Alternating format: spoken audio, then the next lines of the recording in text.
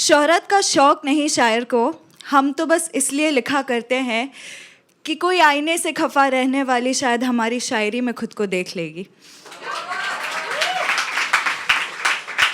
वैसे तो मैं जितनी भी शायरियाँ पोएम्स लिखती हूँ वो प्यार के बारे में, रोमांस के बारे में लिखती हूँ।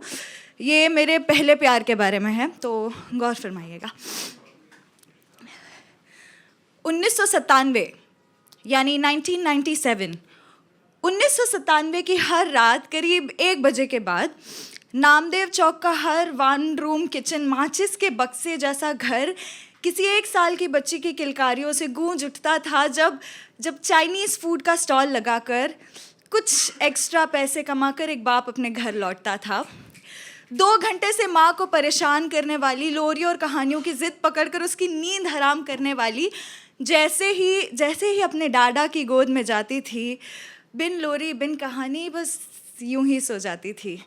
खैर, माँ ने तो उसी दिन इस रिश्ते को समझना छोड़ दिया था जिस दिन 8 महीने की बच्ची ने अपना पहला शब्द डाडा बोल दिया था। 5 साल गए पर डाडा की गोद में सोने की उसकी आदत नहीं गई, उलट कुछ और टेढ़ी सी आदतें लगा ली थी उसने नई। वो ज़माने को आप, माँ को तुम और डाडा को तू करके बुलाने लगी, और ये बात डाडा के अलावा सारे ज़माने को सताने लगी।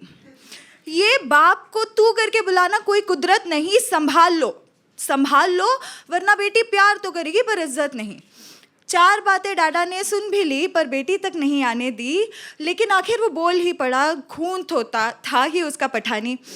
बोला, जब हम परवरदिगार के सामने हाथ फैलाते हैं, उस अल्लाह से भी तू करके बतियाते हैं।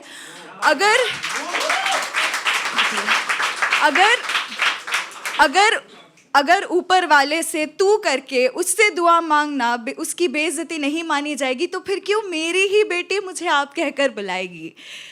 एक वो वक्त था डाडा जब हम एक ही कमरे में साथ बैठे बैठे दिन से रात हो जाया करती थी, और तेरे साथ मेरा ध्यान बांटने वाला था बस वो एक 17 इंच का डब्बे वाला टीवी।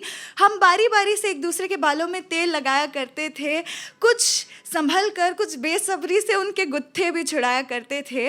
हाँ, माना तब तेरे सर पर मेरे सर से ज़्यादा बाल थे, लेकिन फिर भी मालिश करने में मेरे छोटे छोटे हाथ ज़्यादा कमाल थे। कहते हैं बेटियां वक्त से पहले बड़ी हो जाती है। 15 साल में मैं बहुत बड़ी हो गई हूँ, और शायद हमारे बीच की दूरियां भी। बातों से शुरू होने वाले सिलसिले न जाने क्यों लड़ाइयों में पलट गए हैं। देर रात तक इंतज़ार तो आज भी होता है, बस हमारे किरदार उलट गए हैं। 2017 की हर रात करीब 1 बजे के बाद एक बाप एक बेटी 2 अलग अलग कमरों में बैठकर रात से दिन को देखा करते हैं, और बस यूं ही अधूरा सा ध्यान और अपना वक्त काटा करते हैं। लेकिन डाडा आज भी ऐसी रातें आती है जब ग्रीन टी मेरे सर का दर्द नहीं भगा पाती है, जब तू कैंडी क्रश के 1021वें लेवल पे होता है और तेरी लाइफ्स ख़त्म हो जाती है। उस वक्त हम फिर एक कमरे में साथ होते हैं, नारियल तेल की खुशबू से महकते हाथ होते हैं।